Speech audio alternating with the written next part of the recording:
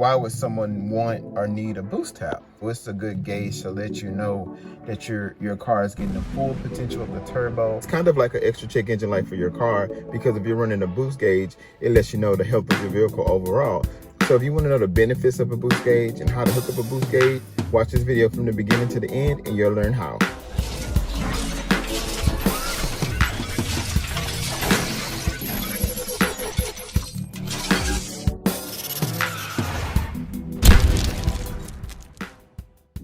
What's going on YouTube? It's Bruce with Bruce Custom Motors. Welcome to another video. So as you can see in the title, this video is going to be about a boost tap. So in case someone wanted to know what a boost tap was, and I know a lot of people know what it is, but I like to be very informative for the people who are new to tuning or new to our platform. So this is going to be a boost tap right here. So the way that the boost tap works is it goes into the intake manifold. And so why it goes into the intake manifold, because the intake manifold is what overall holds all of the pressure to your engine. It lets you know how much pressure you have, how much boost you have. So it's all in this intake manifold. With the normal PCV Africa plate, which is just basically shaped like the country of Africa, it would come from here into your intake manifold. And that's how you would get a lot of carbon buildup in your intake manifold. So as you can see, I do have an oil catch can that redirects it to the oil catch can, and it filters it out right here. Then air goes back into my engine to avoid any carbon buildup. However, this is about the boost tap. So let me get back to the subject. So as you can see, you have your boost tap right here, and it has a tube right here. It's just like a little rubber tube that actually, I just zip tied it because I was boosting so much.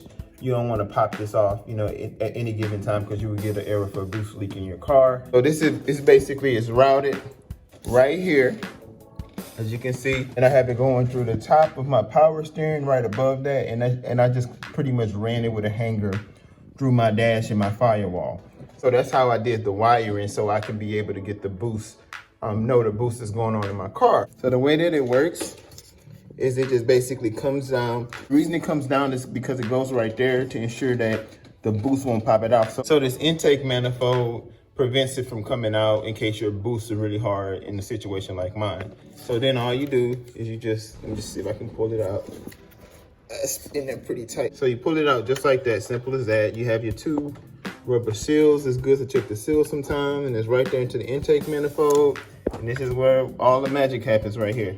So in order to put it in, the only thing you do to put it in is you just kind of pop it back in there like so.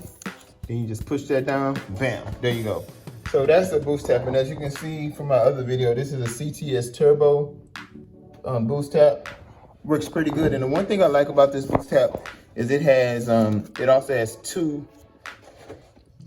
has two pipes to it. So if you wanted to, run another gauge or run a dual gauge, you can actually do that. So it has two pipes to it.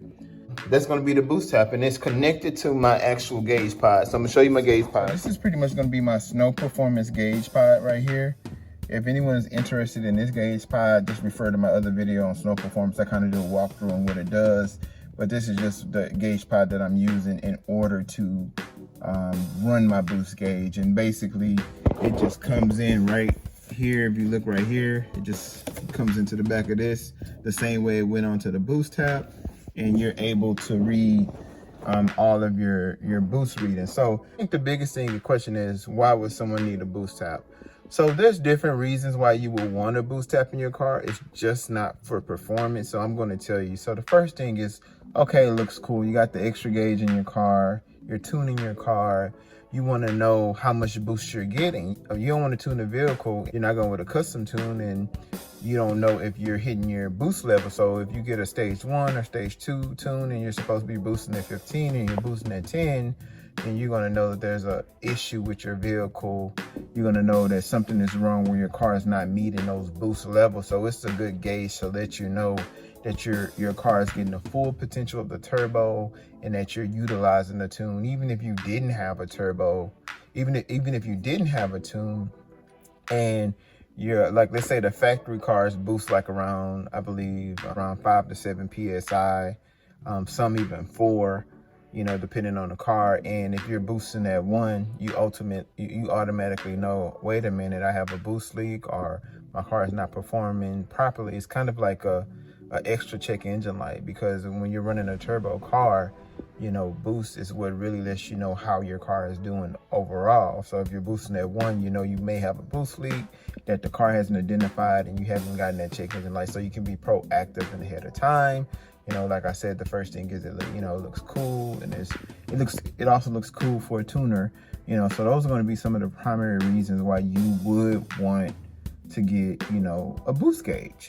You know, and why you would want to get a boost gauge. Now, I do have a digital boost gauge on my torque app that I use on my RS Nav. However, it's kind of like analog versus digital. So I have a recording studio, right? So I will have an artist that comes into the studio and they want their instruments to be played with a live instrument. Although I have, you know, plugins and sounds for that same instrument. You know, it's nothing like analog. It's nothing like straight core, you know, getting the real results versus, you know, something reading it digital. So that's why even when I'm running my numbers to get, like, you know, air temp and cool temp, instead of using a Bluetooth OBD, so I use this OBD port that plugs it right into my system, so I can know exactly my real time results. But this is not gonna miss a beat, because this is straight air triggering the gauge. You know, and you know, I have a digital gauge, so, you know, but, and if you have an analog gauge, that's even better. So yeah, so I know it's not a topic a lot of people talk about, but I just wanted to throw it out there. I just want to share as much as I can with you guys. If you guys have a specific topic that you want me to cover, you have any questions, I promise I'll get back to you as soon as I can. And, you know, like I said, this is all positive energy. I'm only here to share love and knowledge. I'm not here to challenge anyone. I'm not here to say anyone's wrong. You know, I try to keep everything positive on this channel, and I try to share as much information as I can. I'm the kind of guy that loves to see everyone shine, everyone happy. I don't take joy out of hurting others. Hurt people hurt people. Always remember that. Hurt people hurt people. So yeah, you know, thank you guys for subscribing to the channel. More videos to come.